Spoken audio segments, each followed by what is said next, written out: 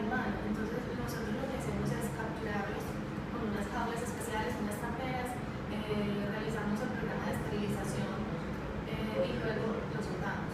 Ellos se quedan en el punto donde los capturamos y luego, si hay bebés en esa colonia, nos quedamos con los bebés para poderlos socializar y luego darles la adopción. Entonces, los eventos que nosotros realizamos es para reunir fondos para poder hacer estos programas en toda la área metropolitana o en otros municipios del departamento de Antioquia. Quiero hacer una pregunta, no sé si sea muy boba, lo que sea, pero ¿por qué esos gatos que ustedes atrapan, digamos así, no los dan en adopción a esos gatos y los sueltan de nuevo?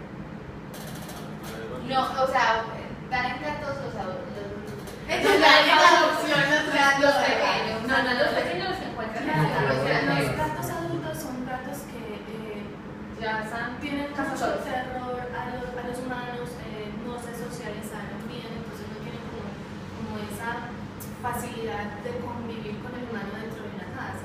Por eso dije que si en la colonia había bebés, nos llevábamos a los bebés precisamente para poder hacerles ese proceso de introducción como de socialización y puedan vivir en una casa más fácil.